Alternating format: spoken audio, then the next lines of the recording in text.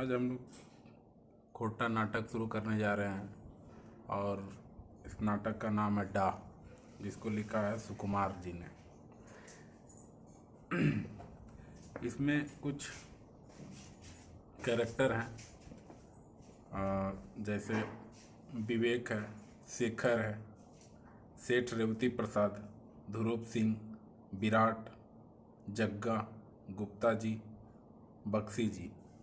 ये एक ऐसे कैरेक्टर है जिनका जिक्र इस नाटक में हुआ है और इसके बारे में हम लोग आगे पढ़ेंगे कि इस नाटक में आखिर होता क्या है। इस नाटक को हम लोग, इस खोटा भाषा को हम लोग ऐसे पढ़ेंगे, बिल्कुल हिंदी के माध्यम से पढ़ेंगे जिससे सभी को तुरंत समझ में आ जाए। तो चलिए हम लोग शुरू करते हैं डाह नाटक। देखिए, इसमें खोटा शब्द का बहुत लोगों को खोटा भाषा समझ में नहीं आता है, इसलिए हम लोग दोनों लैंग्वेज का यूज करते हुए हम लोग इसको शुरू करेंगे। जैसे इसमें देखिए,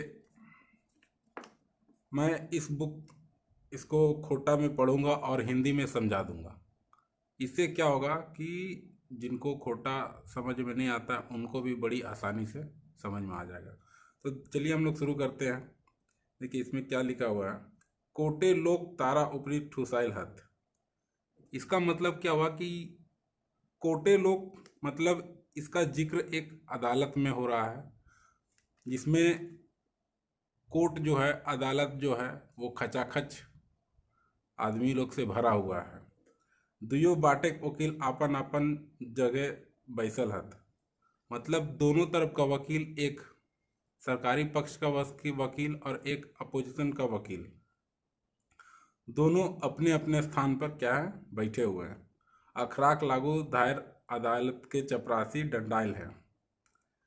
और अदालत का एक में अंदर एक चपरासी क्या है, डंडाइल है, मतलब खड़ा है।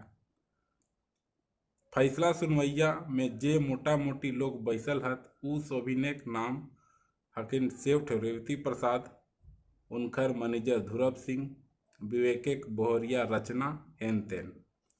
इस अदालत में जिसका सुनवाई होना है उसमें मोटा मोटी जो लोग बैठे हुए हैं उनका नाम निम्नलिखित है। जैसे सेठ रेवती प्रसाद है और सेठ रेवती प्रसाद का जो मैनेजर है उसका नाम ध्रुव सिंह है। एक विवेक का जिक्र हुआ है, उसकी पत्नी का नाम रचना है, और भी कोई लोग बैठे हुए हैं। अखराक ओहायर टनलाक बादे जज साहब आई के आपन जगह बैसलत।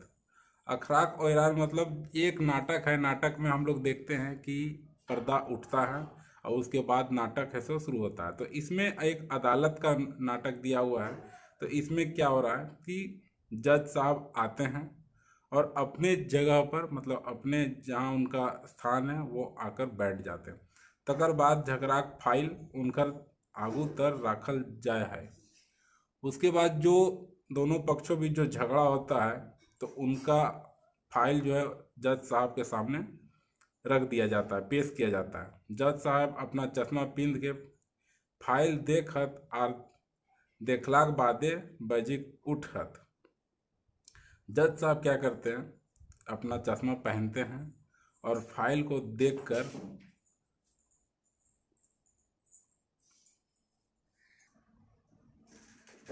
जज साहब अपना चश्मा पिंध के फाइल देखत और देखला के बादे वेरी गुड। मतलब क्या हुआ, इसमें क्या बोल रहा है कि जज साहब आते हैं, अपने जगह पे बैठते हैं, उसके बाद वो अपना चश्मा पहनकर फाइल को देखते हैं और बोल उठते हैं। जज बोलते हैं, शेखर कुमार वर्मा के अदालते आनल जाओ।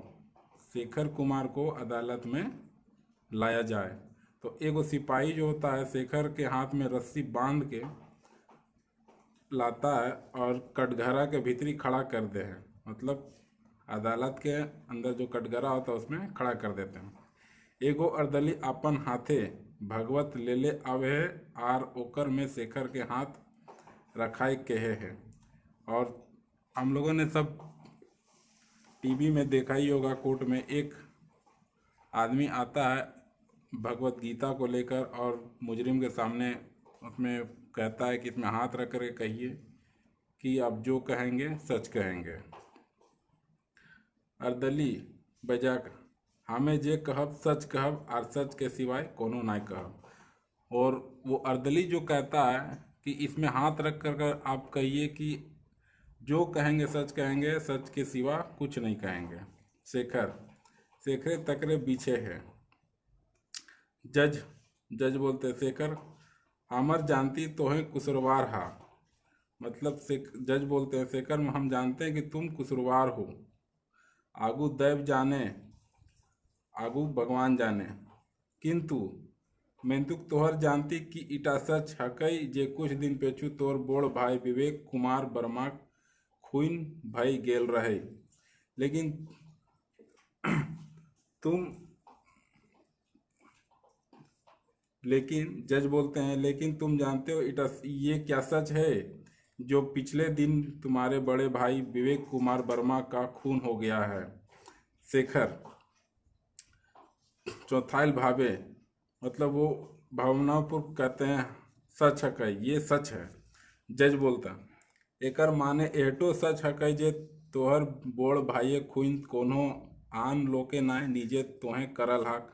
जज बोलता है कि अगर ये सच है तो ये भी सच है कि तुमने खुद अपने बड़े भाई का खून किया है, कोई दूसरा लोग नहीं किया है। शेखर मुंह लटकैले शेखर अपना मुंह लटकाता है। जज शेखर हमें जे कोनो पूछो हियो तकर जवाब देहक कि आया नीचे तोहें गोली मारल हा अपन बोड़ भाई के। जज इसका मतलब क्या हुआ कि जज बोलता है कि हम जो कोनो पूछ रहे हैं उसका जवाब दो कि तुम ही अपने बड़े भाई को गोली मारा है।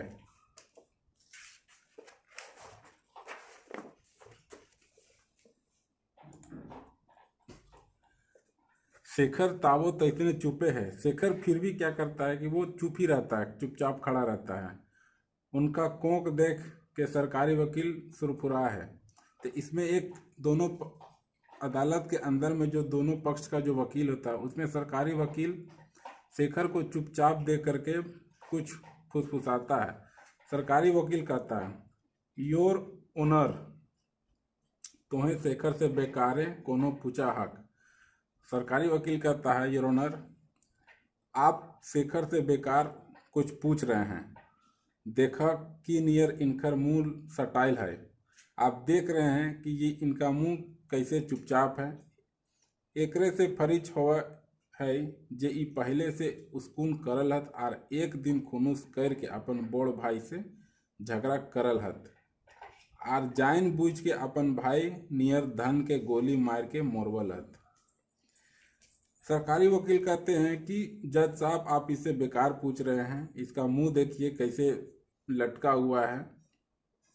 इससे साफ पता चलता है कि ये पहले ही उसकुन किया होगा और एक दिन खुनस पा करके अपना बड़ा भाई का खुद गोली मारकर हत्या कर दिया होगा।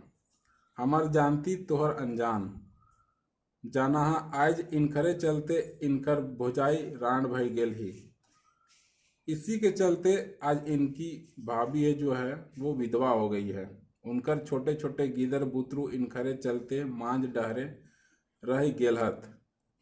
उनका जो छोटा छोटा बच्चा है वो बीच रास्ता पे आ गया है। हमें निसाफ करवैया से यह अरज कर हो जे ऐसन आर एते दूर तक बेड़ाइल छोड़ के बज्जर नियर सजाए होवे चाहिए ताकि ऐसन नीच कर्म करवैयन के पीली चमके।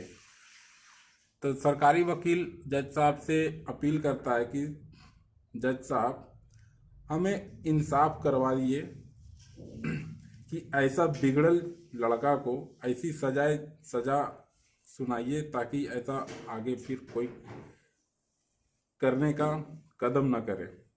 जज साहब फिर शेखर से पूछते हैं अब तोहर से आखिरी पूछो यो तोरा ई झमेला लेतायरे कोनो कहे को। जज साहब शेखर से फिर पूछते हैं कि इस झमेला में तुमको कुछ और कहना है क्या। फिर भी क्या करता है कि शेखर ऐसे चुप रहता है। तो सरकारी वकील फिर से बोलता है फिर सुन के तो इनकर तो कोनो पूछ के बेकार अपन समय ना सहा। काहे कि शोभे गोवा आज शोभे प्रमाण से एटे पुरछाए जे शेखर अपन बोड़ भाई खूनी लागत। तकर मैदे जोंधी शेखर ठीन बाँचे कोनो सबूत है तो देखवे पारत। तो इस पैराग्राफ में सरकारी वकील कहता है कि आप जज साहब आप इस शेखर से बेकार पूछकर अपना समय है तो नष्ट कर रहे हैं, क्योंकि अगर ये गुनहगार नहीं है तो ये अपने बड़े भाई का खूनी अगर नहीं किया है तो इनके पास बचने का कोई सबूत है तो वो पेश करे अदालत में। शेखर बोलता है पीने के हाँ हमार टीम कोनो सबूत प्रमाण नाय है। हामी खूनी लागो अपन बोड़ भाई खूनी, हमें अपन हाथे मोरवल हो अपन बोड़ भाई के हमें खूनी लागो। तो शेखर क्या कहता है, शेखर गुस्से मिजाज में कहता है कि हाँ हम ही खून किए हैं, हमारे पास कोई सबूत नहीं है बचने का, हम अपने बड़ भाई को हम ही खून किए हैं। बक्सी निसाफ देवैया से हमें दूगो बात बजे ले खोजो हो। इसमें अब बक्सी कौन होता है? बक्सी होता है एक दूसरे पक्ष का, मतलब शेखर का जो है शेखर का वकील होता है बक्सी। बक्सी जी कहता है कि जज साहब हम दो बात है सो कहना चाहते हैं। अब जज कहते हैं कि आप कहिए, आपको कहने का छूट है। तो बक्सी जी बोलते हैं जो दूसरे पक्ष का वकील है, मिलॉर्ड हमें सरकारी वकील गुप्ता जी से ईटा पूछे पारी जे खून भेलक तो भेलक कथी से। तो बक्सी जी जज साहब से कहते हैं कि जज साहब हम सरकारी वकील जो गुप्ता जी हैं उनसे एक सवाल पूछना चाहते हैं कि अगर खून हुआ है तो हुआ क्या चीज़ से है। गुप्ता जी तोहर कहे के माने की हको। गुप्ता जी कहते हैं कि आपका कहने का मतलब क्या है। बक्सी हमार कहे के माने एकदम पुरछाइल है गुप्ता जी, हमें जाने खोजो हो जे मुजरिमे अपन बड़ भाई खून कथिस करलक।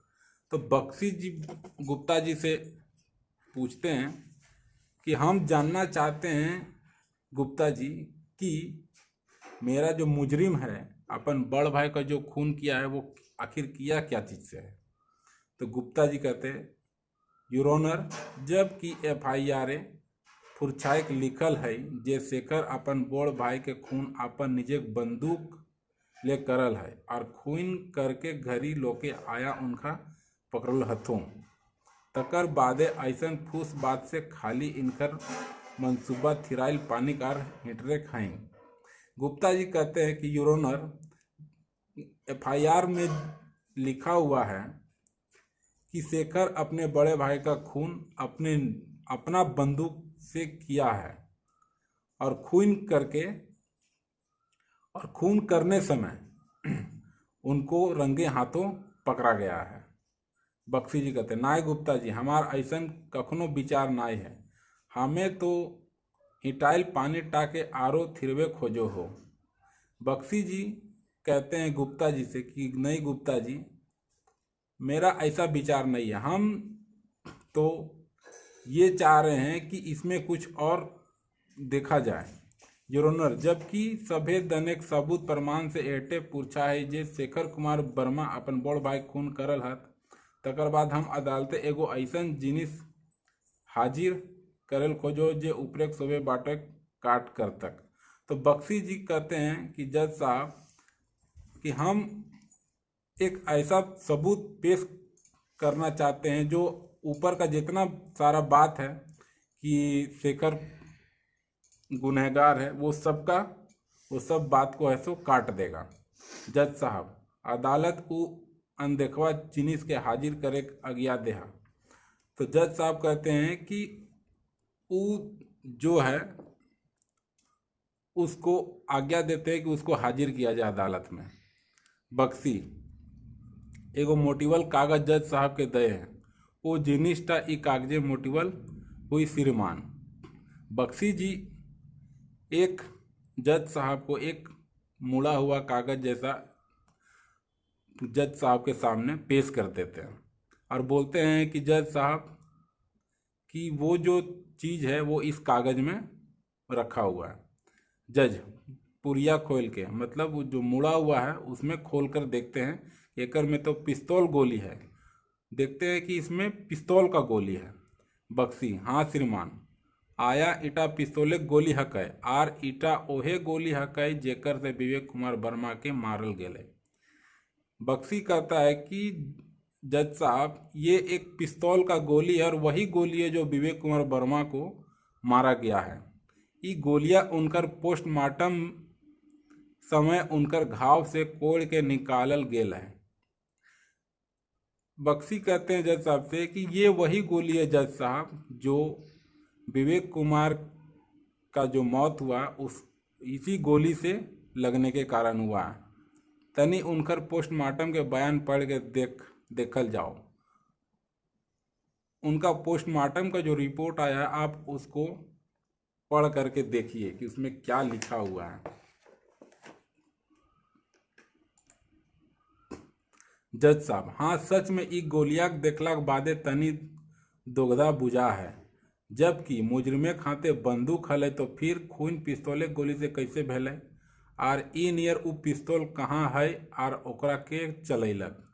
जज साहब कहते हैं कि ये सच बात है। इसको देखने के बाद कुछ दुविधा समझ में आ रहा है कि जो मुजरिम के हाथ में वो बंदूक है और जिसका मौत हुआ है वो पिस्तौल के गोली से हुआ है, तो ये पिस्तौल का गोली कहाँ से आया और इसको चलाया कौन। बक्सी: मिलोड एकर पोल हम खोलो हियो। बक्सी कहता है कि मिलोड, इसका जो इसके पीछे जो राज है उस राज को हम आपके सामने खोलते हैं। अब हमें अदालत में एगो ऐसा निठा गवाह के सबूत प्रमाणिक संगे हाजिर करो यो जे शेखर के बचवे खातिर खूबे है। बक्सी जी एक ऐसा गवाह पेश करना चाहते हैं जो ये सबूत कर देगा कि विवेक जो है, जो बक्सी जी कहते हैं कि हम एक ऐसा सबूत पेश कर देंगे कि ये सब शेखर को बचाने के लिए काफ़ी है। जज: के लागत हूँ। जज पूछते हैं कि कौन है वो। बक्सी: वो है कई विराटेक बहुरिया भावना देवी। बक्सी कहते हैं कि वो जो गवाह है वो विराट की पत्नी भावना है। ओकर खोइचे कुछो मोटिवल बुझा है, कटघड़े ओकरो खड़ा कर दिल जाए। बक्सी जी जो गवाह को पेश करना चाहते वो विराट की बहू भावना है और वो जज साहब कहते हैं कि उनको भी कटघरा में ला करके खड़ा करो। अर्दली आता है भावना के सामने और कहता है कि इस भागवत गीता में हाथ रखकर कहिए कि हम जो कहेंगे सच कहेंगे और सच के सिवा कुछ नहीं कहेंगे। जज साहब: अब तोहें बतवा जे तोहें के लागक आर तोहें हमार जानतिक बादे की जाना।